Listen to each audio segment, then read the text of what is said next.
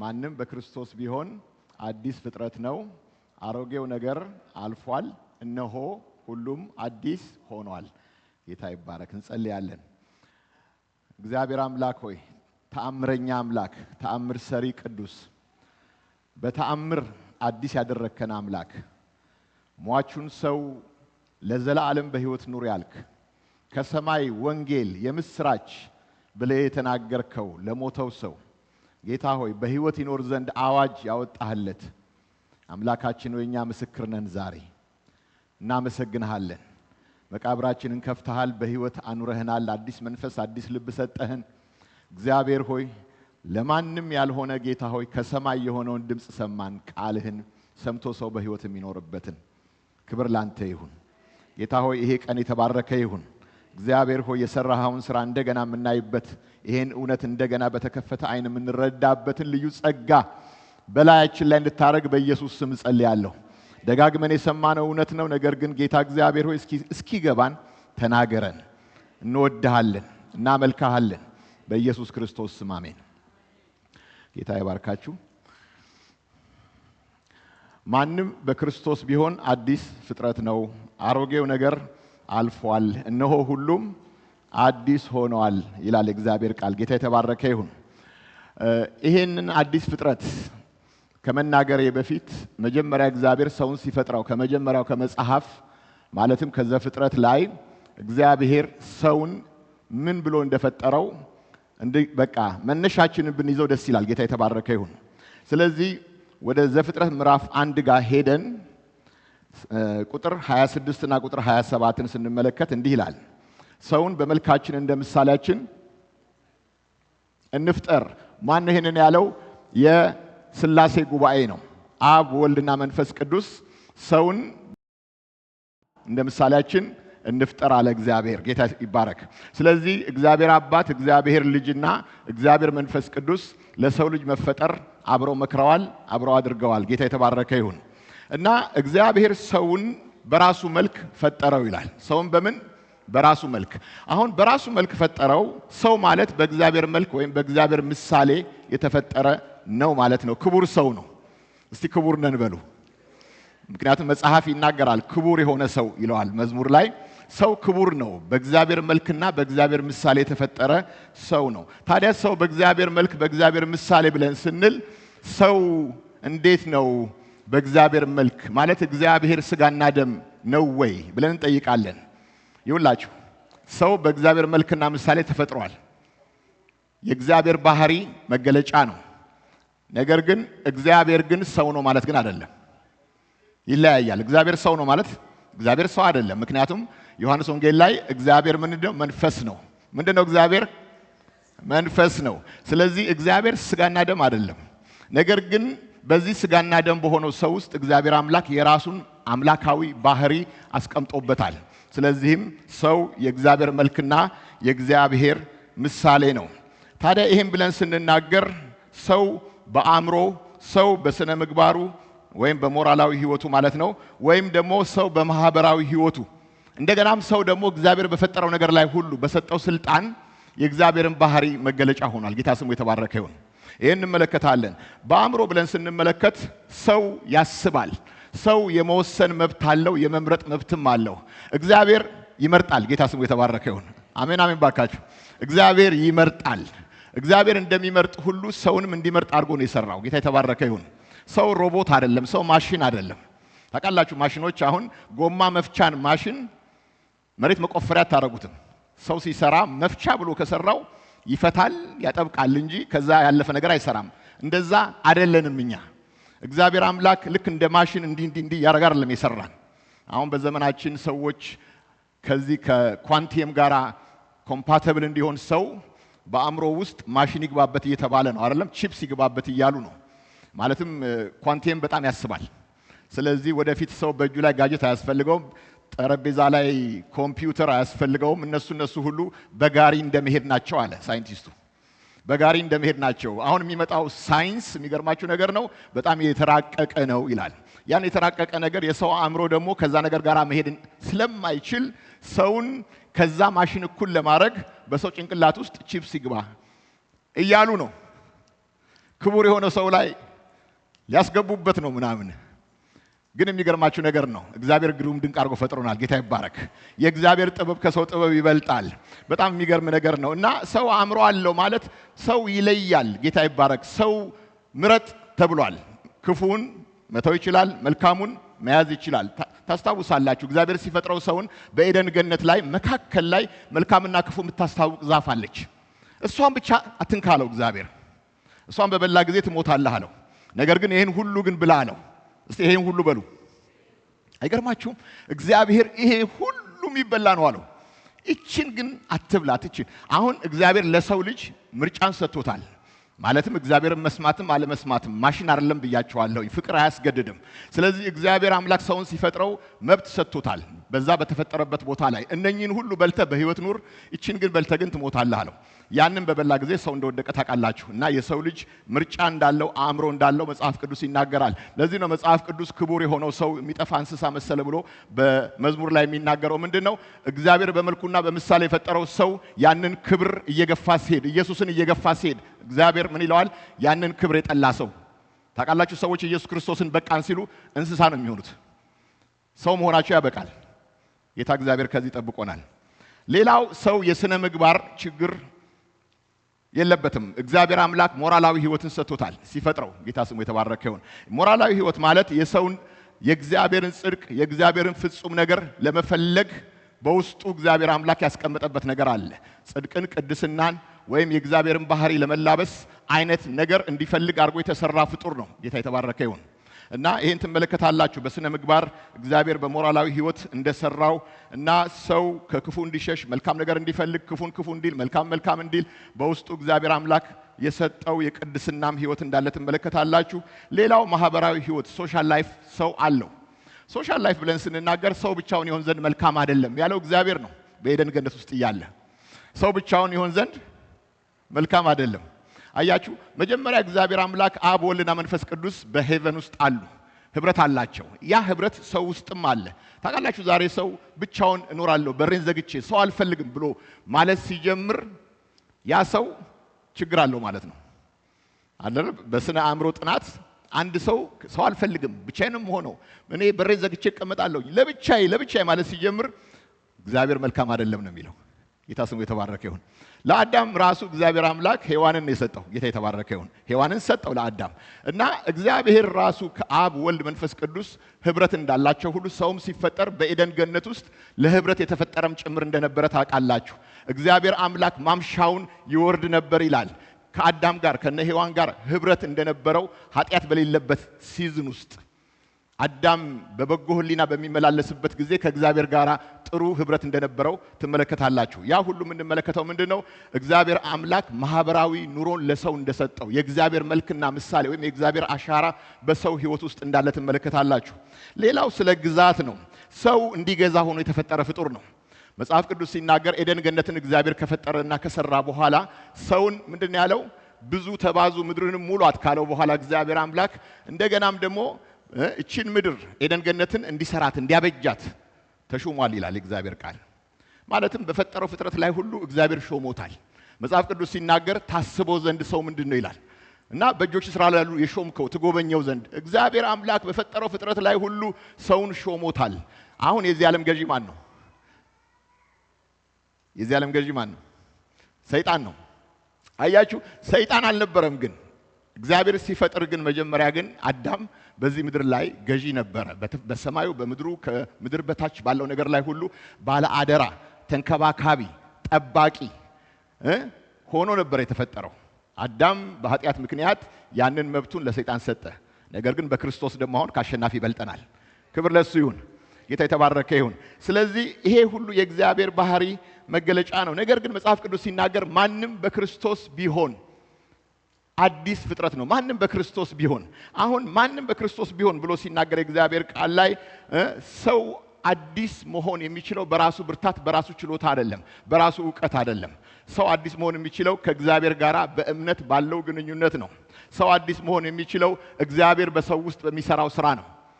ደስ ይበላችሁ። እሱ ነው በእኛ ውስጥ ነው የሚሰራው። አዲስ የሚያደርገን አምላክ ስሙ ይባረክ። እና ይሄን ይላል እና ይሄንን ስንል በክርስቶስ የመሆን ውጤት እንደሆነ ነው የሚገባን። እና ይሄ ክርስትናችን በክርስቶስ የመሆናችን ውጤት ነው። ሶስት ነገሮችን ላሳያችሁ። አንደኛ ግንኙነት፣ ሁለተኛ ማንነት፣ ሶስተኛ አንድነት እዚህ ውስጥ አለበት። በክርስቶስ መሆን ብሎ ሲናገር መጀመሪያ ግንኙነት ላይ ለመዳን የዘላለምን ሕይወት በክርስቶስ ለማግኘት በክርስቶስ ማመን ያስፈልጋል። እምነት የሚለው ቃል ስለ ግንኙነት ነው የሚናገረው፣ ከጌታ ከኢየሱስ ክርስቶስ ጋር ያለን ግንኙነት። ሁለተኛው ማንነታችን ነው።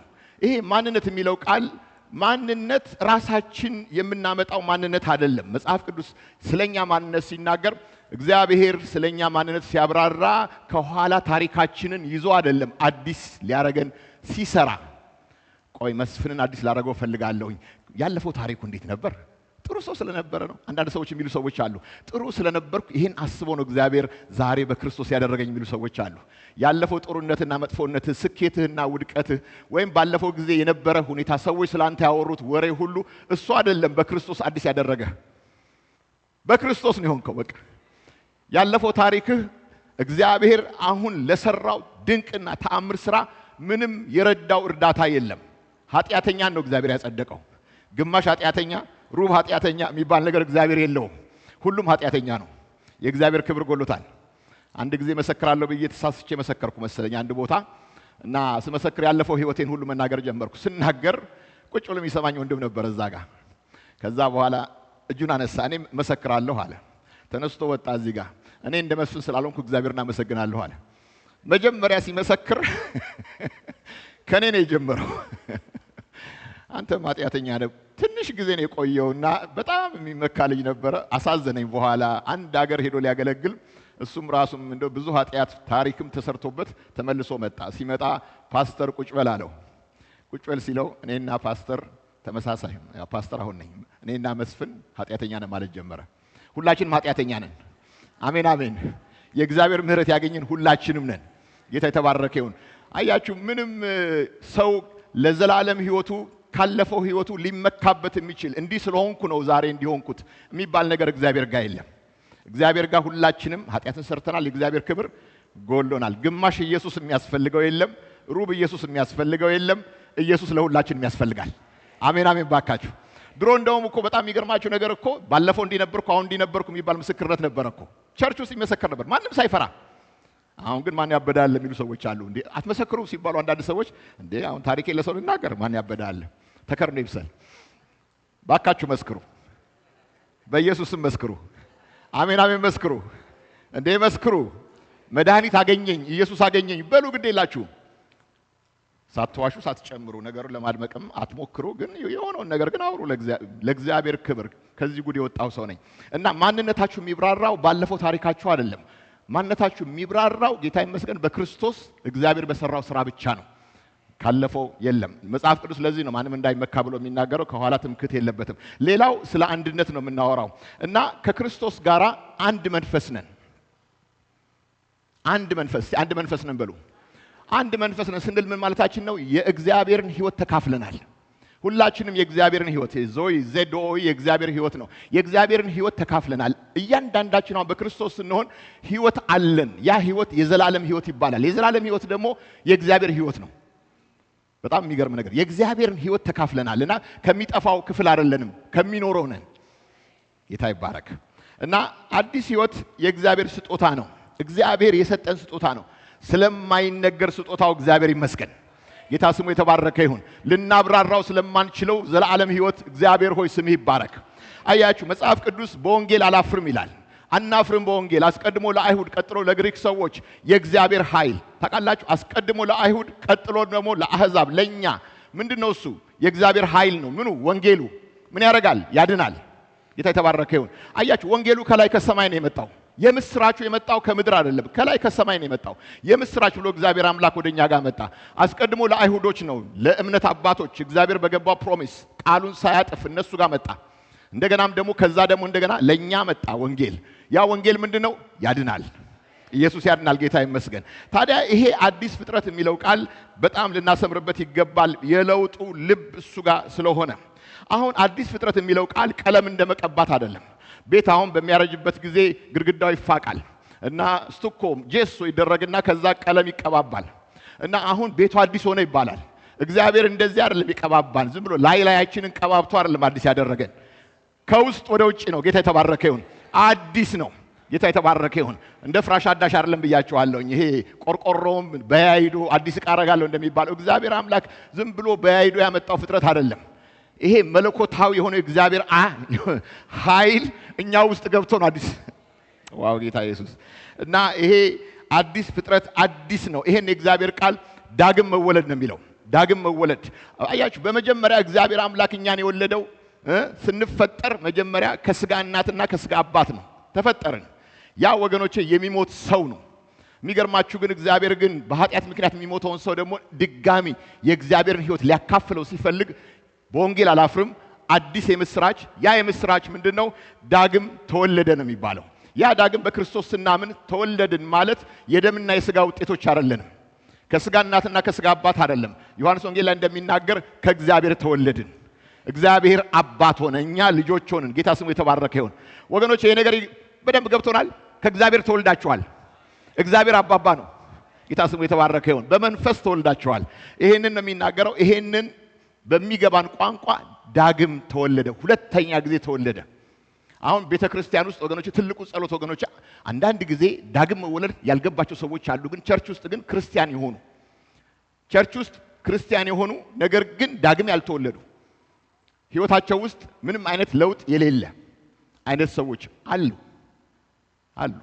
ዛሬ በጌታ ፍቅር እናገራለሁኝ፣ ዳግም ተወለዱ። አያችሁ፣ ኒቆዲሞስ ለማድነቅ መጣ ኢየሱስ ክርስቶስን። አንተ ከእግዚአብሔር ተልከህ ነው እንጂ ባትላክ ኖሮ ይሄ ነገር አይሆንም ነበር አለ። ኢየሱስ ክርስቶስ ባለፈው ብያቸዋለሁ፣ ብናደንቀው ባናደንቀው አንጨምርም አንቀንስም ለኢየሱስ። ስለዚህም ዳግም ተወለድ ነው ያለው። በቀጥታ ቀጥተኛው ለኒቆዲሞስ የሚያስፈልገው ነገር ይሄ ስኮላር፣ ይሄ አዋቂ፣ ይሄ መጽሐፍ ጥቅስን በሚገባ የሚያውቅ ሰውዬ አርንቆ ሊወጣ ነበር በጨለማ። ነገር ግን አንድ ነገር ያስፈልግሃል። ከስጋ የተወለደ ስጋ ነው፣ ከመንፈስ የተወለደ መንፈስ ነው። አንተም ዳግም ልትወለድ ያስፈልግሃል አልኩህ አለው። ለኒቆዲሞስ ብርሃን በራ። ጌታ ስሙ የተባረከ ይሁን። ስለዚህ ሁላችንም ዳግም መወለድ በኢየሱስ ክርስቶስ በማመን የሚገኘውን የዘላለም ሕይወት ለማግኘት በክርስቶስ ማመን ያስፈልጋል። ጌታ ስሙ የተባረከ ይሁን። ስለዚህ በክርስቶስ ስናምን ታድሰናል፣ አዲስ ሆነናል፣ ዳግም ተወልደናል። ጌታ ይመስገን። ይሄ አዲስ ሕይወት ከማን መጣ ብላችሁ ብትጠይቁ ከእግዚአብሔር ነው። አያችሁ፣ አሁን ከእግዚአብሔር ነው የሚለውን ቃል አስቡት። አሁን የዚህን ዓለም ሃይማኖቶች ብታጠኑ ከመሬት ነው መሰላል ወደ ሰማይ የሚዘረጉልን። ማለትም ጥሩ ስራ ብትሰራ፣ ጥሩ ህይወት ቢኖርህ፣ እንዲህ ነገር ብታረግ፣ ብትጾም፣ ብትጸልይ፣ እንዲህ ነገር ብትመጸውት፣ እንዲህ ነገር ብታረግ ወደ ሄቨን ትገባለህ። ስለዚህ ምን ይላሉ አንዳንድ ሰዎች በሚዛን ላይ ሲመዘን የሰራው ትንሽ አይበቃም፣ ሞር መስራት አለብኝ። በነገራችን ላይ ክርስቲያኖችም ስራ እንሰራም እንላለን። ስራ አያጸድቀንም ብለን በጎ ነገር ለመስራት እንታክታለን። እንዳትሳሳቱ ወገኖቼ፣ ከዳን በኋላ እንሰራለን። ለመዳን አንሰራም። ከዳን በኋላ ግን የበጎ ነገር መገለጫዎች ነን። እንደውም መዳናችንን የምናረጋግጠው በበጎ ስራ ባለጸጋ በመሆን ነው። ጌታን የሚያከብር ስራ እየሰራን ብርሃናችን ይበራል። ወገኖቼ ይሄ የመዳን ማህተም ነው። ድኝ ያለው በጸጋና በእምነት። ነገር ግን የዳነ ሰው ግን ሙት አይደለም፣ ይንቀሳቀሳል፣ የእግዚአብሔርን ነገር ያደርጋል። ጌታ የተባረከው በደስታ ኢየሱስ ክርስቶስን ያገለግላል። አሜን አሜን ባካችሁ። ስለዚህ አሁን ያንን ኤክስትሪም የሆነውን እንደው በቃ በጸጋ ነው ተብሎ አንሰራም አይባልም፣ እንሰራለን ስለዳን። ጌታ ይባረክ። ነገር ግን የዚህ ዓለም ሃይማኖቶች ግን ስሩና ጽደቁ ይላሉ። ስሩና ወደ ሄቨን ሂዱ፣ ከመሬት ወደ ሰማይ መሰላል መዘርጋት ይፈልጋሉ። ወንጌላችን ደስ ይላል። ጌታ ስሙ የተባረከ ይሁን። ከሰማይ ወደ ምድር ነው። ጌታ ስሙ የተባረከ ይሁን። ስለዚህም የተለየ ወንጌል ነው ወንጌላችን። ጌታ ስሙ የተባረከ ይሁን። ልዩ ወንጌል ነው። መጽሐፍ ቅዱስ ሲናገር የኃይሉ ታላቅነት ከእግዚአብሔር እንጂ ከኛ እንዳይሆን ምን አለ እግዚአብሔር? የኃይሉ ታላቅነት ከኛ አይደለም ከእግዚአብሔር ነው። ስለዚህ ይህ መዝገብ በሸክላ ዕቃ ውስጥ አለ። ምንድነው መዝገቡ? ሀብት። ምኑ ነው ሀብቱ? ክርስቶስ። በምን ውስጥ አለ? በሸክላ ውስጥ አለ። ሸክላው ማን ነው? እኔ ነኝ፣ አንተ ነህ፣ አንቺ ነሽ። እግዚአብሔር ሸክላ ሲል ደካሞች ማለቱ ነው። በደካሞች ውስጥ የኃይሉ ታላቅነት ከሰው አይደለም ከእግዚአብሔር ነው። ስለ መዳን ሲነገር የኛ ብርታት አይደለም የእግዚአብሔር ብርታት ነው የሚታየው። ስለዚህም በሸክላ ዕቃ ውስጥ የከበረ መዝገብ አለ። መዝገቡ ክርስቶስ ነው። በእኛ ውስጥ ሆኖ የሚሰራው ኢየሱስ ክርስቶስ ነው። ስለዚህም ይሄ አዲስ ሕይወት ከእግዚአብሔር ነው። መጽሐፍ ቅዱስ ሲናገር አሮጌው ነገር አለፈ ብሎ ይናገራል። ምን አለፈ? አሮጌው ነገር አለፈ፣ ሁሉም አዲስ ሆነ። አሮጌው ነገር አለፈ። ምኑ ነው ያለፈው ብላችሁ ብትጠይቁ 5 ዋና ዋና ነገሮች ከመጽሐፍ ቅዱስ ላይ እንረዳለን። አንደኛ የድሮ ማንነታችን አልፏል። በሉት እንደገና፣ የድሮ ማንነታችን አልፏል። የድሮ ማንነታችን ሲብራራ በኃጢአት የሚገለጽ ማንነት ነው። ድሮ ምን ነበርክ ብላችሁ ብትጠይቁኝ እኔ ከክርስቶስ በፊት ኃጢአተኛ የሚል ስም አለኝ። ኃጢአተኛ ነበርኩኝ። አያችሁ፣ በሽተኛ መሆኔን ሳላቅ ዶክተር ኢየሱስ ወደ እኔ ጋር አልመጣም። ንስሐ ሳልገባ ኢየሱስ ወደ እኔ ጋር አልመጣም። ለዚህ ነው መጽሐፍ ቅዱስ አስቀድሞ ወንጌል ሲሰበክ ንስሐ ግቡ ብሎ የሚናገረው። ንስሐ ግቡ ማለት ምንድነው? ተመለሱ ወደ እግዚአብሔር ማለት ነው። ሰው ከክፉ ስራው ኃጢአተኛ የቀድሞ ስብዕና ሲብራራ ነው። ሁላችንም ኃጢአተኞች ነበርን። የቀድሞ ማንነታችን ይሄ ነው። የድሮ ማንነታችን ይሄ ነው። ይሄ አሮጌ ነገር ነው፣ አለፈ። እስቲ አለፈ በሉ። ጌታ የተባረከ ይሁን። እንደገናም ደግሞ የድሮ በደል አለፈ። የድሮ በደል አለፈ አለፈ። ጌታ ስሙ የተባረከ ይሁን። የድሮ በደል ታውቃላችሁ፣ እግዚአብሔር በምህረት ዘጋው።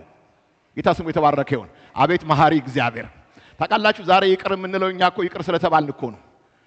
ይቅር የምንለው ይቅር ስለተባልን ነው። ብዙ የሆነው ኃጢአቷ ተሰረየላት ብዙ ወዳለችና ጌታ ስሙ የተባረከ ይሁን። አያችሁ፣ ይቅር የምትሉት ምን ያህል ይቅር እንደተባላችሁ ሲገባችሁ ነው። አይ እኔ ትንሽ ኃጢአት ነው ያለብኝ እንጂ ብዙ ኃጢአት አልነበረብኝም የምትሉ ከሆነ እርግጠኛ ሆኜ እነግራችኋለሁ፣ ይቅር ማለትም አትችሉም። ምን ያህል ይቅር እንደተባላችሁ መገለጡ ከሌላችሁ እግዚአብሔር ይህን ያህል ይቅር ብሎኝ እኔ ይቅር ማለልበት ጊዜ። አንድ ጊዜ አንድ አባት ሊመክሩ ገቡ። አንድ ቤት ሊመክሩ ገቡ። ማለትም ሁለት ሰዎች ተጣልተው፣ ሁለቱ ሰዎች ባልና ሚስት ናቸው። ተጣልተው ሊመክሩ ገቡና እዛ ውስጥ ከሁለቱ አንዱ ይቅር አልልም ይል ነበር። ይቅር አልልም። ሰውየው በጣም ተናደዱ።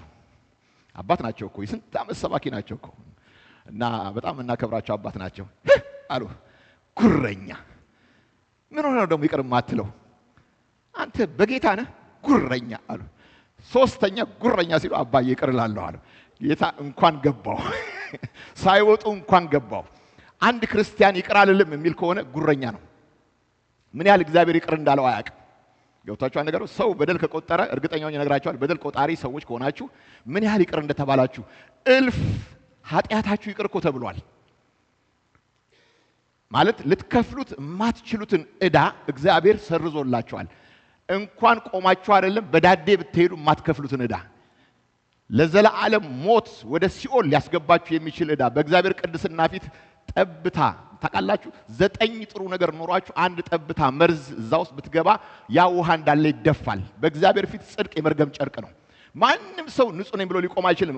እንኳን እነሱ መላእክቶች እንኳን በንጽህናቸው አይመኩ፣ ያከብሩታል እግዚአብሔር። ኢሳይያስም አንድ ቀን ከእንቅልፉ ባኗል፣ ወዮ ብሏል።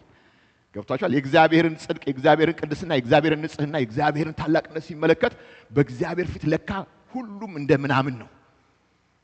እና ይቅር ለማለት የምንችለው ይቅር ስንባል ነው። የእግዚአብሔር ሰዎች ዌክ አፕ፣ ኢየሱስ ይመጣል። ጌታ በደጅ ነው። የእግዚአብሔር ሰዎች እኔ ጠራቸዋለሁ በጌታ ፍቅር።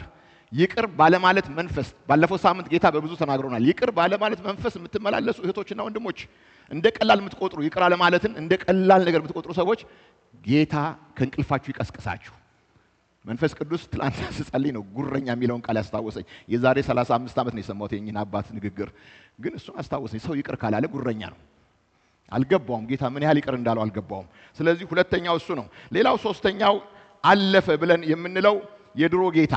የድሮ ጌታችን ምን ነበረ? መጽሐፍ ቅዱስ ሲናገር ወገኖቼ የኃጢአት ባሪያዎች እንደነበርን ይናገራል። ሰይጣን በእኛ ላይ የሰለጠነ ባሪያ እንደነበርን፣ የዚህ ዓለም መንፈስ፣ እንደገናም ደግሞ ኃጢአት፣ ሰይጣን፣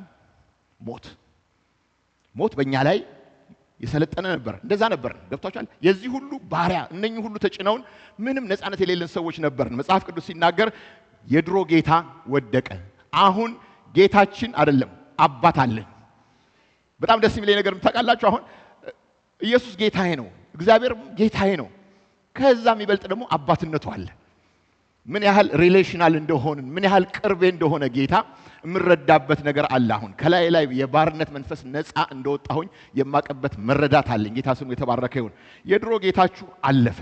ጌታ የተባረከ ይሁን። የድሮ ዓላማችሁን ስትመለከቱ የድሮ ዓላማዬ በቃ ሰልፊሽ የሆነ ዓላማ ነበረኝ፣ ለራሴ የሚኖር ማይሰልፍ። ከዛ ያለፈ ሰይጣን የዛን ያህል በቃ ኮንፋይን አድርጎናል፣ አይናችን ይዞታል።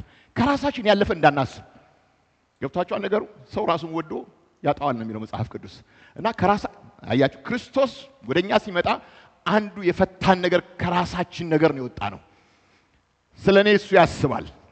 ጌታ የተባረከ ይሁን። እኔ ደግሞ ከራሴ ያለፈ እንዳስብ ለሌላ እንድተርፍ አገሬን አስፋላለሁ። ጌታ ስሙ የተባረከ ይሁን። ለበረከት ሁኑ ባካችሁ። ህይወት እንዲሆንላችሁ ብቻ አይደለም እንዲበዛላችሁ ነው። አሁን ይሄ ማለት አጥራችሁን አፍርሳችኋል። አሁን ለብዙዎች የምትተርፉ ናችሁ። ብዙ የምትሆኑ እግዚአብሔር ሲያያችሁ አንዱን ሰው ሲያይ ብዙ ዘር ነው የሚያየው። ብዙ ሰው የሚበዛ እግዚአብሔር የሚበዛ በክርስቶስ የሚበዛ ጌታ የተባረከ ይሁን። ስለዚህም አሁን ዓላማዬ ለራሴ መኖር አይደለም። አሁን ዓላማዬ ለክርስቶስ መኖር ነው። ጌታ የተባረከ ይሁን።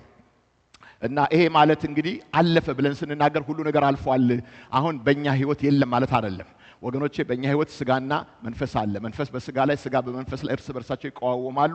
ጦር ሜዳው እኔው ራሴ ነኝ። ስለዚህም አሁን አንዳንድ ጊዜ በህይወታችን ብቅ ብቅ የሚሉ ነገሮች አሉ። ቢሆንም ግን በእኛ ላይ ስልጣን የላቸውም። መልካም ወሬ እሱ ነው። በእኛ ላይ መናገር የሚችል አሁን በደሙ የገዛን ኢየሱስ ብቻ ነው። ገብቷችኋል ነገሩ ብላችሁ? በወደደን በእሱ ካሸናፊ ይበልጠናል። ጦርነቱ አለ ማለት ተሸንፈናል ማለት አይደለም። እግዚአብሔር ነው ፋይናል ሴይ ያለው ስለ እያንዳንዳችን። ስለዚህም አሸናፊ ነው የሚላችሁ። ሌላው ስማችሁ ማን ነው? አሹ ነው። ጌታ የተባረከ ይሁን። ስማችሁ ነው አሸናፊ የሚለው ስም የእናንተ ስም ነው። ካሸናፊ ትበልጣላችሁ። ጌታ ስሙ የተባረከ ይሁን። ይሄን ትመለከታላችሁ። አሁን አዲስ ህይወት በእምነት ነው። እስቲ በእምነት ነው በሉ። በእምነት ነው። ክርስቲያን ስንባል አማኞች ነን። አማኝ ማለት ወገኖች አማኝ በራሱ የማይታመን በእግዚአብሔር የሚታመን ማለት ነው። ገብቷችኋል? ክርስቲያን በፍጹም ልቡ በእግዚአብሔር ላይ ይታመናል። ጌታ ስሙ የተባረከ ይሁን። ፈጣሪውን አዲስ ያደረገውን እሱን ያምናል። ሁሉን የሚችል አምላክ። እስቲ ሁሉን ይችላል በሉ። በቃ በዚህ በታማኝ እግዚአብሔር ላይ የሚደገፍ ነው ክርስቲያን። እና ይሄን ለአንዳንድ ክርስቲያኖች ለመዳን ብቻ ይመስላቸዋል። በጸጋ በእምነት ድኛለሁኝ፣ አሁን እምነት የሚያስፈልገኝ ጌታ ስቀበል ብቻ ከዛ በኋላ 4 ነጥብ የሚሉ ሰዎች አሉ። ወገኖቼ እምነት በህይወት ዘመናችን ሁሉ የሚቀጥል ነገር ነው። ጻድቅ በእምነት በህይወት ይኖራል። ጌታ ይባረክ። ገላትያ 2:20 ላይ አሁን በስጋ የምኖረው ኑሮ ይላል ጳውሎስ። አሁን በስጋ የምኖረው ኑሮ ስለኔ ራሱ የሰጠውን የእግዚአብሔርን ልጅ በማመን የምኖረው ኑሮ ነው። አሁን ለኔ ኑሮ ማለት በክርስቶስ ባዳነኝ ጌታ ላይ ተደግፌ አምኜ የምኖረው ኑሮ ነው። ኑሮ ማለት ለክርስቲያኖች እምነት ነው። እምነት ኑሮ ነው በሉ እስቲ። ልክ እስትንፋስ እንደማለት ነው። በቃ እየተነፈስኩ በህይወት እንዳለው ሁሉ አምኜ በህይወት እራመዳለሁ። ጌታ ስሙ የተባረከ ይሁን። ታዲያ መጽሐፍ ቅዱስ ሲናገር እነሆ ሁሉም አዲስ ሆኗል። እስቲ እነሆ በሉ። አትረሱትም ይሄንን። እነሆ የሚለው ቃል ቢሆልድ የሚለው ቃል ነው። እነሆ የሚለው ቃል የሚሰመርበት ቃል ነው። እግዚአብሔር እነሆ ብሎ ሲናገር አስተውለ ስማ ማለት ነው። አስተውለ ስማ፣ በደንብ ስማ ማለት ነው። ለምሳሌ ድንግል ትወልዳለች ብሎ መልአኩ ሲመጣ እነሆ ነው ያለው። ድንግል ትወልዳለች። አስተውላችሁ ስሙ። ማን ወለደች? ድንግል። ድንግል ወልዳ እኮ አታውቅም እኮ በታሪክ አይታወቅም። ግን እግዚአብሔር ግን አረጋለሁ አለ። አሁን አዳምጡ ብሎ መልአኩ ለመልእክት ሲናገር መልእክቱ ለመጣለት ሰው እነሆ። አሁን መጥምቁ ዮሐንስ ሲናገር እነሆ ያለምን ኃጢአት የሚያስወግድ የእግዚአብሔር በግ እነሆ። ልብ ብላችሁ ስሙ። መንገድ ጠራጊ ነው። ያለምን ኃጢአት የሚያስወግድ የእግዚአብሔር በግ። አሁን ኢሳይያስ ላይ ስታነቡ ወይም መጽሐፍ ራእይ ላይ እነሆ አለ እግዚአብሔር ሁሉን ነገር አዲስ አደርጋለሁ። እነሆ ሁሉን ታውቃላችሁ። አሁን ይሄ የሻገተ ምድርና ሰማይ በቃ ይጠቀለላል። አንድ ቀን እንደ መጋረጃ እግዚአብሔር ጠቅልሎ ያስወግድና ሁሉን አዲስ አደርጋለሁ አለ። አሜን ባካችሁ። ሁሉን ነገር አዲስ አደርጋለሁ። እግዚአብሔር በቃ የቀደመው ስርዓት ሁሉ አለፈ። እነሆ የሚለው ቃል ልብ ብላችሁ ስሙ። ዛሬ በክርስቶስ እኛ አዲስ ሰዎች ነን። ነገ ደግሞ እግዚአብሔር አምላክ ደግሞ አሮጌውን ነገር ሁሉ ያስወግድና ሁሉን ነገር አዲስ ያደርጋል። ለዘላለም አዲስ ይሆናል። ጌታ ስሙ የተባረከ ይሁን። እነሆ ሁሉም አዲስ ሆኗልና እነሆ የሚለው ቃል አስምሩበት። አሁን እዚህ ላይ እነሆ ይልና በክርስቶስ ከሆናችሁ ሁሉ ነገር አዲስ ሆኗል ብሎ ይናገራል። ምን ሆኖ አዲስ ሆኖ ብላችሁ ብትጠይቁ እዚህ ጋር አዲስ አመለካከት አለን። እስቲ አመለካከት አለኝ በሉ።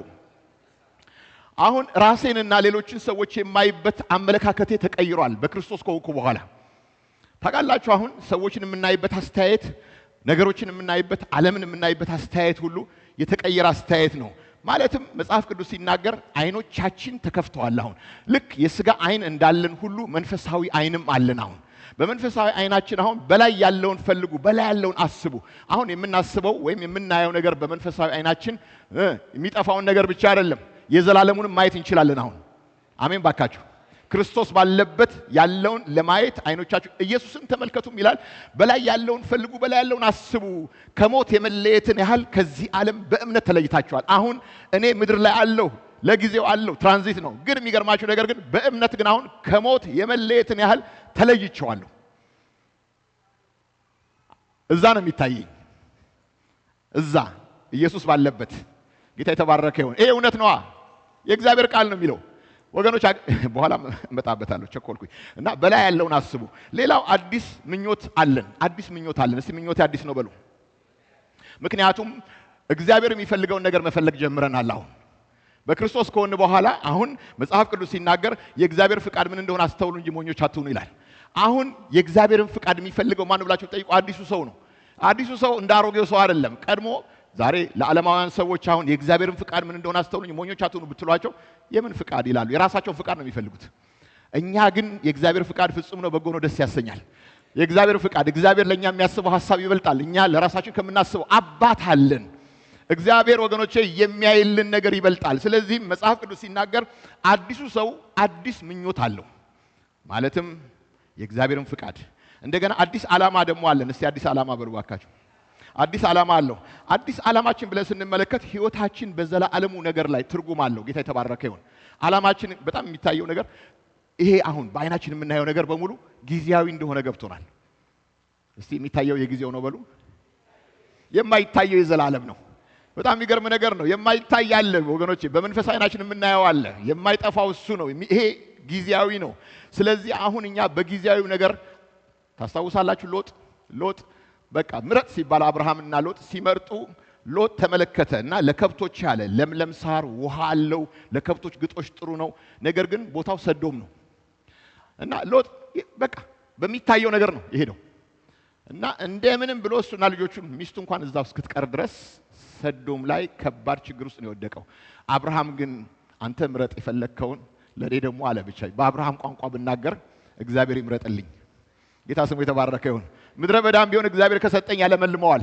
እግዚአብሔር ያለበት ምድረ በዳ ይሻላል ጌታ ከሌለበት ገነት። ዞአር ከሚባለው ጌታ ከሌለበት ቦታ ይልቅ እግዚአብሔር ያለ።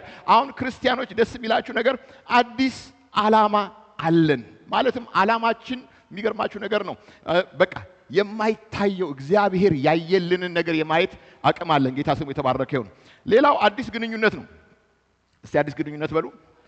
አዎ አዲስ ግንኙነት አለን። ማለትም እግዚአብሔር ለኛ አባታችን ሆኗል።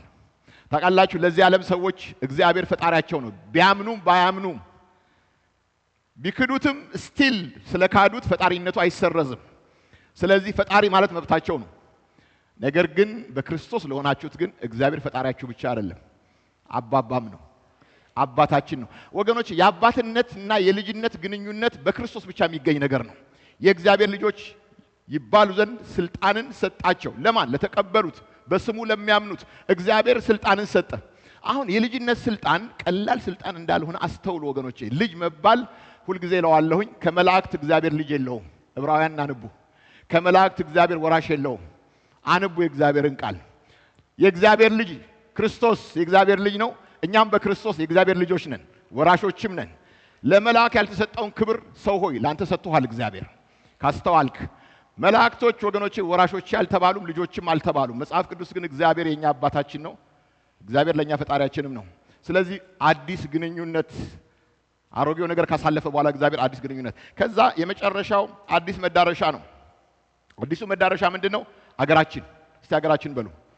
አገራችን አሁን አዲሱ መዳረሻ የዘላለም ሕይወት ተስፋ ነው። እግዚአብሔር የማይዋሸው እግዚአብሔር ቃል ገብቶልናል። ምንድነው ቃል የገባልን? ምድር ላይ ጥቂት ዘመን ትኖሩና ምድር ላይ እኔን ሐሳብ ታገለግሉና ከዛ በኋላ ደግሞ ለዘላለም ደግሞ ከኔ ጋር እንድትኖሩ ደግሞ ስፍራ አዘጋጃለሁ አለ እና ያ ስፍራ በላይ በሰማይ ነው። እስቲ መጽሐፍ ቅዱስ ፊልጵስዩስ 3:20 ስታነቡ አገራችን በሰማይ ነው። አሜን አሜን። አገራችን የት ነው? በሰማይ ነው። እዚህ ያለ ነው። አሁን አያችሁ፣ ከዚህ አሁን ወደ ኢትዮጵያ ሄዳለሁ ብል አንድ ቦታ ላይ ትራንዚት ቢያደርግ ወይ ኢጂፕት ላይ እንኳን ቢቆም ወይም ደግሞ ፍራንክፈርት አካባቢ ቢቆም ትራንዚት ነው። ግብ አለኝ። ግብ የት ነው? ኢትዮጵያ መሄድ ነው። የሚገርማችሁ ትራንዚት ላይ በቃ ሁሉን ነገር ይዤ አልወርድም። እዛ ቦታ ላይ የማርፍበትን ሰዓት አርፌ እንደገና ጉዞዬን እቀጥላለሁ። ለምንድን? ግብ ስላለኝ የምደርስበት ቦታ አለ። ክርስቲያን ወገኖቼ የጽዮን መንገደኞች ነን እየሄድን ያለነው አሁን ቢገባችሁም እግዚአብሔር በህይወታችን ስራውን እየሰራ እንደገና ኑሯችንን እየኖርን እግዚአብሔር ዓላማው በህይወታችን ላይ አለ። ጌታ ስሙ የተባረከ ይሁን። ስለዚህ ምንድነው የሚለን ሲያጽናናን እግዚአብሔር ልክ ተሰሎንቄ ላይ እንደሚናገረው ተመልሶ መጥቶ ይወስዱናል ለዘላለም ከሱ ጋር እንኖራለን። አገራችን የት ነው? በሰማይ። ጌታ ይባረክ። አገራችን በሰማይ። ስለዚህ አሁን መጽሐፍ ቅዱስ ሲናገር ጸጋው በእምነት አድኗችኋል። ይሄ እግዚአብሔር ስጦታ ነው፣ ማንም እንዳይመካ ከስራ አይደለም። አሁን እግዚአብሔር በጸጋና በእምነት እናንተን አድኗል። የእግዚአብሔር ስጦታ ወደ እናንተ ጋር መጥቷል ነው የሚለው። አሁን ይሄን ሁሉ ጊዜ እላችኋለሁ የማይነገር ስጦታ ነው። በቃ ከዚህ እስከዚህ የማትሉት ነገር ነው እግዚአብሔር የሰጣችሁ። ሁሉ ነገር እኮ ልክ አለው እኮ። ነገር ግን በክርስቶስ የመጣላችሁ ነገር ግን አለመጠን ወገኖቼ በሰው ንግግር ልታብራሩት አትችሉ። ጳውሎስ ወደ ሰማይ ተነጥቆ ሄዶ ተመልሶ መጣ። በሰው ቃል ሊነገር አይችልም ማለት እግዚአብሔር ለኛ ያዘጋጀውን ነገር በዚህ በእኛ ፊደል ልናብራራው አንችልም። እንኳን እግዚአብሔርን አይደለም የምንገባበትን ነገር እንኳን ልናብራራው አንችልም። ስሙ የተባረከ ይሁን። ክብር ለሱ ይሁን። ስጡት ባካችሁን። እግዚአብሔር ክብር ይሁን። ጌታ ሆይ ስም ይባረክ። እግዚአብሔር ሆይ እናመሰግንሃለን። እና ጸጋው በቃ በእምነት አድኗችኋል። ጸጋው ጌታ የተባረከ ይሁን። የማይገባን ሞገስ ማለት ነው። የማይገባን ሞገስ እግዚአብሔር አምላክ ተቀባይነትን በሱ ፊት አግኝተናል። ያ ሞገስ ጸጋ ይባላል። የማይገባን ስጦታ ነው። በንጉሠ ነገሥት እግዚአብሔር ፊት ወገኖቼ የመሆን የመገኘት የመኖር በሱ ፊት 24 ሰዓት በቀን በቃ በሳምንት 7 ቀን በወር 30 ቀን 31 ቀን በአመት 365 ቀን አክሰሱን አግኝተናል። አሁን ጌታ የተባረከ ይሁን። እና አሁን ጸጋው ቀድሞ አስቡት እና አስቴር ንጉሡ ፊት ለመቆም እንኳን ፈርተዋል። አልተጠራሁም፣ ወር ሆኖኛል፣ አልፎኛል አለች። እዛ በገባ እኔ ሞታለሁ አለች። ድሮ በኦልድ ተስታመንት ላይ ሊቀ ካህናቶች ወደ ቅዱሰ ቅዱሳን ለመግባት እየተንቀጠቀጡ ነው። እግራቸው ላይ ቃጭልና ሰንሰለት ታስሮላቸው ነው፣ ምናልባት ከተቀሰፉ ሊጎተቱ። የሚገርማችሁ ነገር እንደዛ አስፈሪ የሆነውን የእግዚአብሔር ህልወት ዛሬ ክርስቶስ በከፈለው ዋጋ ጌታ ኢየሱስ ስም ይባረክ። ሃሌሉያ! ኢየሱስ ስም የተባረከ ይሁን። መቼ ሞትን፣ መቼ ጠፋን? ጌታ ስሙ የተባረከ ይሁን። አሁን በህልወቱ ውስጥ ስንመላለስ እግዚአብሔርን ስናመልከው ተንበርከን ስንጸልይ አባዬ አባባ ስለው ፊት ለፊቱ ከሱ ጋር ስገናኝ ያለኝ እንደዚህ አይነት ልዩ ኢንቲሜት የሆነ ግንኙነት መቼ ቀሰፈኝ? መቼ ፐርፌክት ሆኜ የገባው እሱ ፊት? ደሙ ነው እንጂ። ጌታ ስሙ የተባረከ ይሁን። የተቆረሰው ስጋው ነው እንጂ እዛ ውስጥ ያስገባኝ ምን ይገባል? ጌታ ስሙ የተባረከ ይሁን። ጌታ ይመስገን። እና እምነት የተዘረጋው እጅ ነው። ጸጋው በእምነት ከእግዚአብሔር የሆነ ነገር የምንቀበልበት እጅ እምነት ይባላል። ታውቃላችሁ አሁን ያለ እምነት እግዚአብሔር ደስ እንደማይለው። ስለዚህ አሁን አዲሱ ሰው በክርስቶስ የሆነው ሰው እግዚአብሔርን ያምናል። ለገባው ፕሮሚስ ሁሉ እግዚአብሔር አምላክ ታማኝ ነው። ስለዚህ እግዚአብሔር የተናገረውን የሚፈጽም እንጂ እግዚአብሔር የሚዋሽ አምላክ አይደለም። ስለዚህ ሲናገር ስናምነው ተዘርግቷል እጃችን። ጌታ ስሙ የተባረከ ይሁን። ይሄ ጸጋና እምነት ብሎ ይናገራል። ጌታ ይመስገን። ታዲያ እምነት አንድ ጊዜ ካመን በኋላ መደርደሪያ ላይ የምናስቀምጠው ወይም ደግሞ በቃ ይቀመጥ የሚባል ነገር 4 ነጥብ አይደለም። ካመን በኋላ ማመናችን ይቀጥላል። መጽሐፍ ቅዱስ ከእምነት ወደ እምነት ጌታ ስሙ የተባረከ ይሁን እንዲህ ይላል ገላትያ 2:20 ላይ ከክርስቶስ ጋር ተሰቅያለሁ፣ እኔም አሁን ሕያው ሆኜ አልኖርም፣ ክርስቶስ ግን በእኔ ይኖራል። በሉት እስቲ ክርስቶስ በእኔ ይኖራል። አሁን ሕያው ሆኜ አልኖርም፣ እኔ ሞቻለሁ። ነገር ግን ክርስቶስ ግን በእኔ ውስጥ እምነት ነው አለ። ክርስቶስ በእኔ ውስጥ አሁን በስጋ የምኖርበት ኑሮ በወደደኝና ስለኔ ራሱን አሳልፎ በሰጠው በጌታ በኢየሱስ ክርስቶስ ላይ ባለኝ እምነት የምኖረው ኑሮ ነው። አሁን ለክርስቲያን የኑሮ ዴፊኒሽኑ እሱ ነው። በጌታ በኢየሱስ ላይ አምነን የምንኖረው ኑሮ ነው። ኑሮ ማለት ለኛ አሁን ዴፊኒሽኑ እሱ ነው። አያችሁ፣ የእምነት ላይፍ ክርስቲያኖች እንደዛ ናቸው። እንደውም በሮሜ 1:17 ላይ ጻድቅ በእምነት ይኖራል። አያችሁ፣ ኑሯችን የእምነት ኑሮ ነው። እግዚአብሔርን የመታመን ነገራችን እጅግ በቃ ለክርስትናችን እግዚአብሔር ጽድቅ የሚለው ነገር እሱን ነው። ልክ አብርሃም አመነ ተቆጠረለት። ምን ተቆጠረ? ጽድቅ። ጽድቅ ማለት የእግዚአብሔር ትክክል ማለት ነው። እና እኛም እግዚአብሔርን ስናምን ጽድቅ ይለዋል እግዚአብሔር። ይሄንን ነገር ይቀበላል እግዚአብሔር አምላክ። እግዚአብሔርን ታስደስታላችሁ። ምን ያለ እግዚአብሔር ቃል መሰላችሁ? ያለ እምነት እግዚአብሔርን ደስ ማሰኘት አይቻልም። ታውቃላችሁ እኔ በክርስቶስ ነኝ እያልኩኝ አላምንህም ካልኩት እግዚአብሔርን ወይም ለሚናገረው ነገር ምንም መልስ ማልሰጥ ከሆነ ወገኖቼ እግዚአብሔርን አናስደስተውም። ጌታ በምን ይደሰታል? በእምነታችን። እና እምነታችን ምን ይላል መሰላችሁ? እምነታችን እግዚአብሔር አለ። እስቲ እግዚአብሔር አለ በሉ። ሕያው ነው። እግዚአብሔር አለ። እንደገና ለሚፈልጉት እና ለሚቀርቡት አፕሮች ለሚያደርጉት ደግሞ ዋጋ ሰጪ ነው። ማለት አምነነው ሲናገር ስንጠጋው እግዚአብሔር አምላክ አምነን ለቀረብነው ነገር ዋጋ ይከፍላል፣ ደሞዝ ይከፍላል። አምነኸኛል፣ ስለዚህም ይሄውና ልጄ ሆይ ያውም ከለመንከኝ በላይ። እግዚአብሔርን ደስ የምናሰኘው በእምነታችን ነው። ጌታ ይመስገን። ታዲያ እምነት ማለት ሙሉ ለሙሉ በእግዚአብሔር ላይ መደገፍ ማለት ነው። እስቲ ሙሉ ለሙሉ በሉ። ግማሽ እምነት የለም። ጌታ ስሙ የተባረከ ይሁን። ሙሉ ለሙሉ በእግዚአብሔር ላይ መደገፍ እምነት ይባላል። ጌታ ስሙ የተባረከ ይሁን። አሁን ይሄ እምነት የሚባለው ቃል በምኞት ማሰብ ማለት አይደለም። በቃ አንዳንድ ሰዎች አይዊሽ ይላሉ። በቃ እና ይሄ ዊሽ አይደለም። እምነት ማለት አይዊሽ አይደለም። እግዚአብሔር ሲናገር የሚናገረው ነገር አምኖ መቀበል ነው። ለአንዳንድ ሰዎች እምነት ማለት ጭፍን ብሩህ ተስፋ፣ ጭፍንና ብሩህ ተስፋ ማለት ጭፍን ተስፋ ማለት መሰላችሁ? እግዚአብሔር የተናገረው ነገር አያውቁትም፣ ግን አምናለሁ ይላሉ አንዳንድ ሰዎች። ምኑን ነው የምታምኑት? እምነት በምንድን ነው? በመስማት። መስማትስ በምንድን ነው? በእግዚአብሔር ቃል ነው። ስለዚህ እግዚአብሔር የሚናገረው ነው የምሰማው። እግዚአብሔር ሲናገር ነው የምሰማው። አምናለሁ የሚባለው ነገር የተናገረውን ነገር ነው። እግዚአብሔር ያልተናገረው ነገር ልታምኑ አትችሉም። ምኑን ነው የምታምኑ? ንፋሱ አይታመንም፣ ቃሉ ነው የሚታመነው። እምነት በመስማት፣ መስማት በእግዚአብሔር ቃል ነው። አንዳንድ ሰዎች ደግሞ የአእምሮ ስምምነት አላቸው። የአእምሮ ስምምነት ማለት መሰላችሁ? አንዳንዱ ነገር ጌታ ሲናገር አምነዋለሁ፣ አንዳንዱ ደግሞ ጌታ ሲናገር ቢናገርም አላምነውም። መርጬ ነው የምበላው። አይቻልም። መርጣችሁ አትበሉ። እንደውም ሐዋርያው ጳውሎስ በኤፌሶን ምዕራፍ 20 ላይ ከእግዚአብሔር ምክር አንዳችም አላስቀረሁባችሁም አለ። የእግዚአብሔር ምክር የሚያስፈልገን በሙላት ነው። ገብታችኋል ነገሩ ምላችሁ? ይሄንንም ከተናገረ እግዚአብሔር ይታመናል፣ ያንንም ከተናገረ እግዚአብሔር ይናገራል። ቆይ ለምሳሌ እሺ ብትሉ የምድርን በረከት እምቢ ብትሉስ?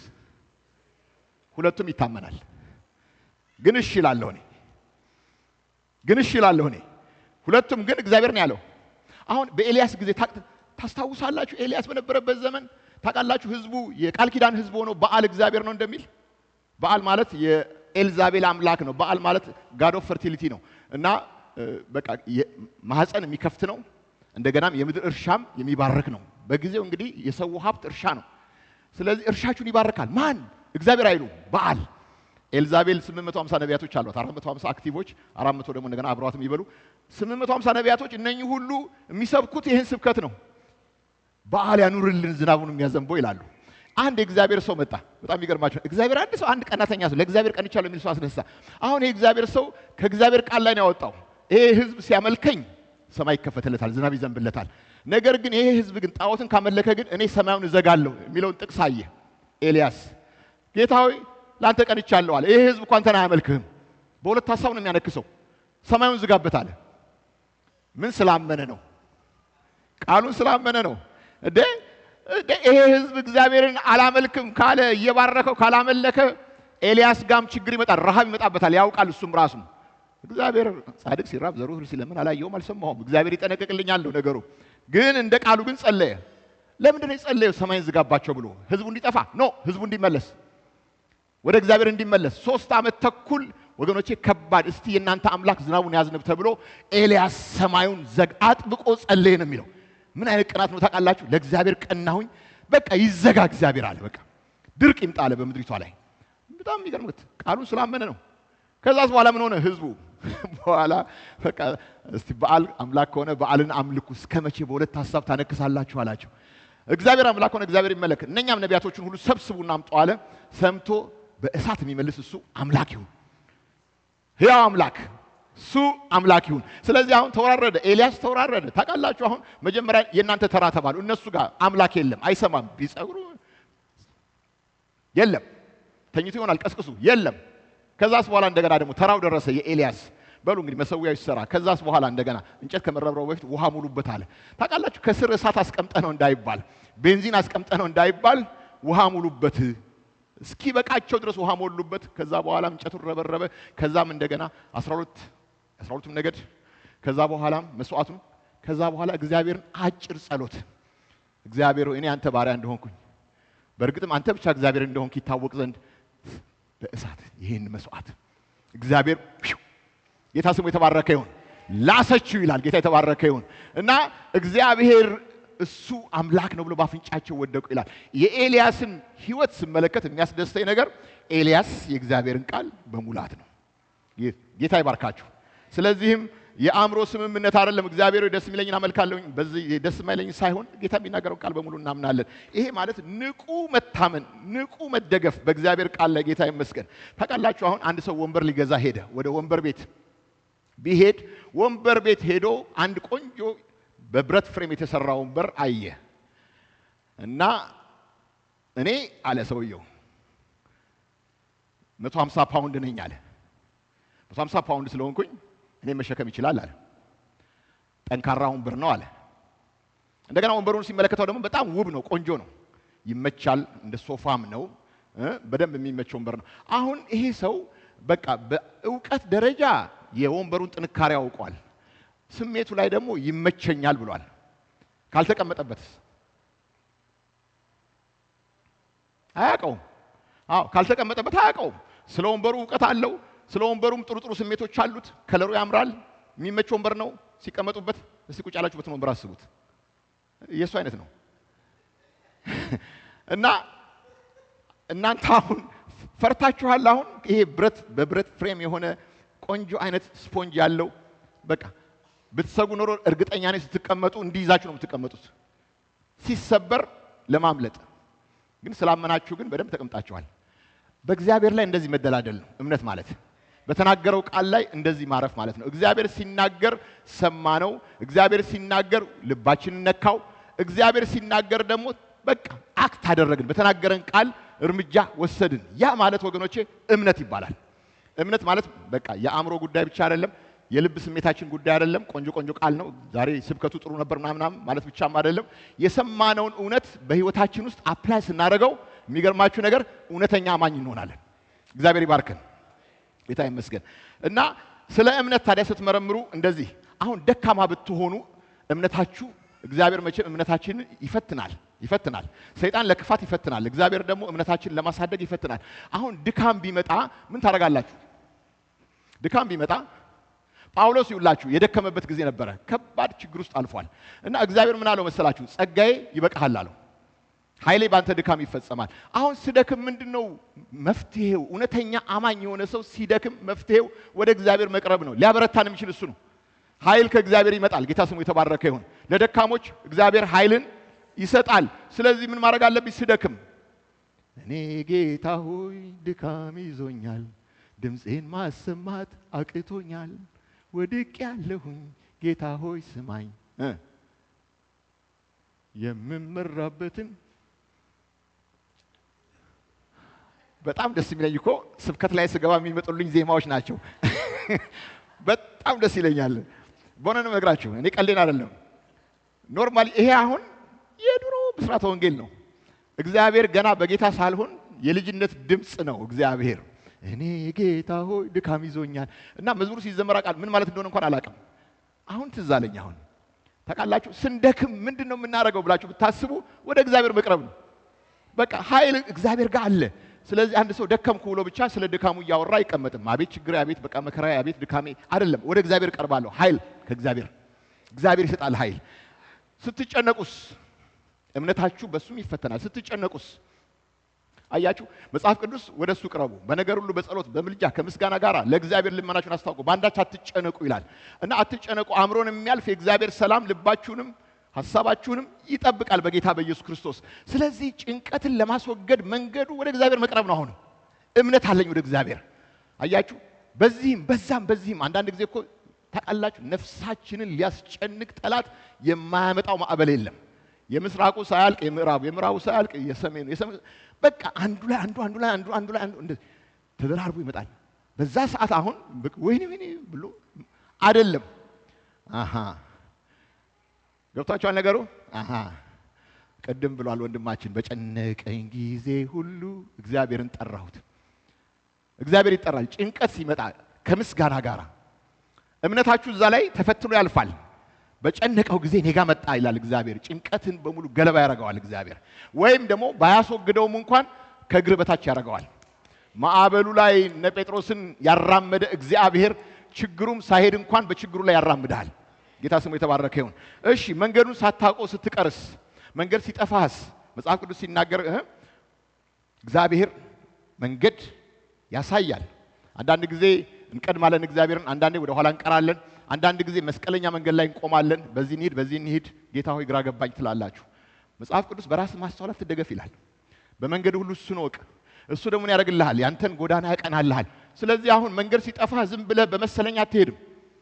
እግዚአብሔርን ቆም ብለህ ትጠይቀዋለህ። ዳዊት ይሄን ነበር የሚያደርገው። ደስ የሚለው ነገር ይጸልያል፣ እግዚአብሔርን ይጠይቃል፣ እግዚአብሔር ደግሞ ይመራዋል። ጌታ ስሙ የተባረከ ይሁን። አዲሱ ፍጥረት በእግዚአብሔር ላይ ይታመናል። መንገድ ሲጠፋን ወደ እግዚአብሔር በራሱ ማስተዋል አይደገፍም። ፈተና ሲገጥማችሁ ስትፈተኑስ መጽሐፍ ቅዱስ ምን የሚናገረው? ከፈተናው ጋር አብሮ መውጫንም ያዘጋጅላችኋል። ምን ብታረጉ ነው ከፈተናው ጋር መውጫንም ያዘጋጅላችሁ? ጌታ ኢየሱስ ክርስቶስ እኮ ተናገረ እኮ ወደ ፈተና እንዳትገቡ ትጉና ጸልዩ አለ። ማለት ፈተና ይመጣ ማለት ነው። ሊመጣ ያለው እኮ ይመጣል እኮ ነው ያለው ጌታ ኢየሱስ ክርስቶስ። በመጸለዩ ፈተና አልቀረም፣ ፈተናው መጥቷል። ነገር ግን ፈተናውን በምን አሸነፈ? በመጸለይ። ፈተናው ወገኖች የሚያበረታው መልአክ መጣለት፣ ያንን ፈተና በድል አሸነፈ። መጽሐፍ ቅዱስ የሚናገረው ፈተናን ለማሸነፍ ወይም መውጫውን ለማግኘት ማለት ታናሉ ጨለማ ሊሆን ይችላል፣ የምናልፍበት ነገር ጨለማ ሊሆን ይችላል። ነገር ግን ስንጸልይ እግዚአብሔር አምላክ ከአቅማችን በላይ እንድንፈተን አይፈቅድም። በተጨማሪ ደግሞ ከፈተናው ጋር አብሮ ምን ያዘጋጃል? መውጫን ያዘጋጃል። ጌታ ስሙ የተባረከ ይሁን። ስለዚህ በእግዚአብሔር ላይ ጻድቅ ይታመናል ልላችሁ ፈልጌ ነው። መጽሐፍ ቅዱስ ሲናገር ሮሜ ላይ ሊያበረታችሁ ይችላል። አሜን አሜን። በቃ ሮሜ 16 ላይ ብቻውን ሊያበረታችሁ የሚችል ብሎ ይናገራል። ጌታ ይመስገን። ሊያበረታችሁ ለሚችለው ለሱ ክብር ይሁን። ጌታ የተባረከ ይሁን። እግዚአብሔር ያበረታል። ጌታ ይመስገን።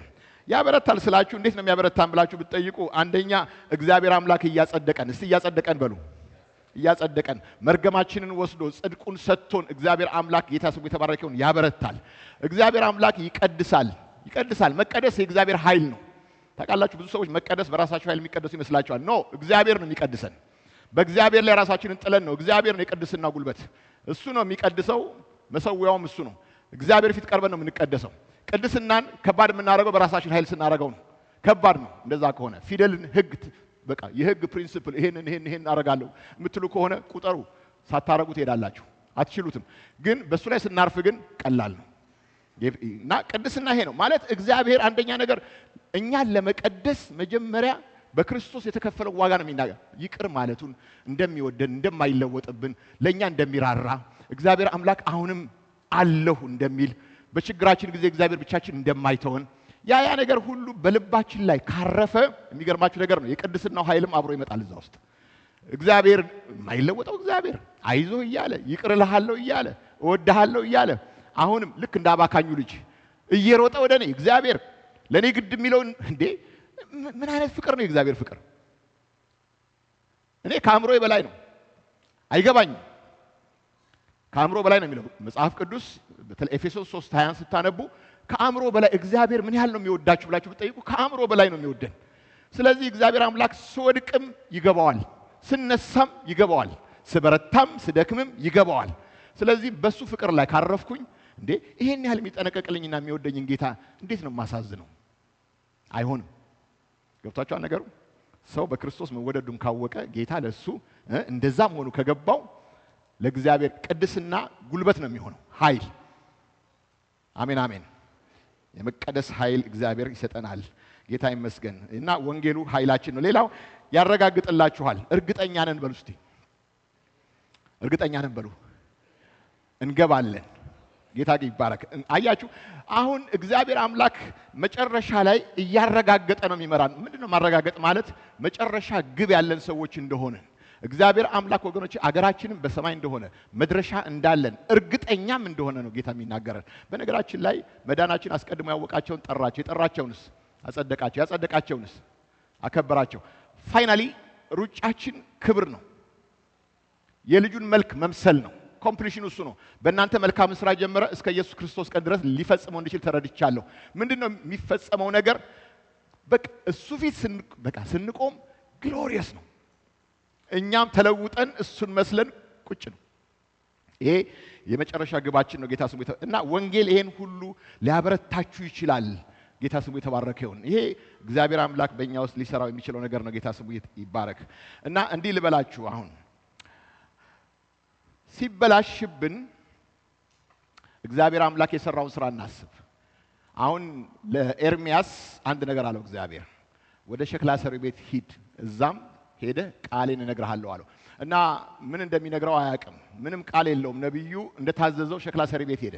እዛ በሄደ ጊዜ ሸክላ ሰሪው በእንትኑ ላይ በእቃው ላይ ሸክላ ጭቃውን አንድ ዕቃ አድርጎ ሊሰራው እየሞከረ ነው። እየሰራ እያለ ተበላሸበት። እንደገና ጠፍጥፎ፣ እስቲ እንደገና በሉ ባካቸው ነው። አሁንም እንደገና በሉ። ያንን ጭቃ ተበላሸ ብሎ አልጣለውም። ስሙ የተባረከ ይሁን። እንደገና ጠፍጥፎ ሌላ ልዩ ዕቃ አድርጎ ሰራው ይላል። አሁን መልእክቱ ለዚህ ለተበላሸ እስራኤል፣ አንተ የእስራኤል ሕዝብ ሆይ እኔ ባንተ መካከል እንደዚህ መስራት አይቻለኝም ወይ? ሸክላ በሸክላ ሰሪው እጅ እንዳለ እናንተም በእኔ እጅ ነው ያላችሁት አለ። ጌታ ስሙ የተባረከ ይሁን። ለእስራኤሎች እግዚአብሔር የሚናገረው ተስፋ ነበረ። ተበላሽተዋል፣ ነገር ግን እንደገና ለመሰራት ግን ዝግጆች አልነበሩ። እምቢ ስላሉም ደግሞ ስላልሰሙ ደግሞ ባቢሎን መታ ጠራረገቻቸው። ብዙዎች ምርኮ ሆኑ፣ ብዙዎች በሰይፍ ስለት፣ ብዙዎች ንብረቶቻቸው በቃ እንዳልነበረ ሆነ እና ያ የኪዳን ሕዝብ ተመታ። ለምንድን? እግዚአብሔር ይችላል ማለት ስላቃታቸው። እስቲ ይችላል በሉ። በእኛ ህይወት ይችላል። በክርስቶስ አዲስ ማድረግ ይችላል።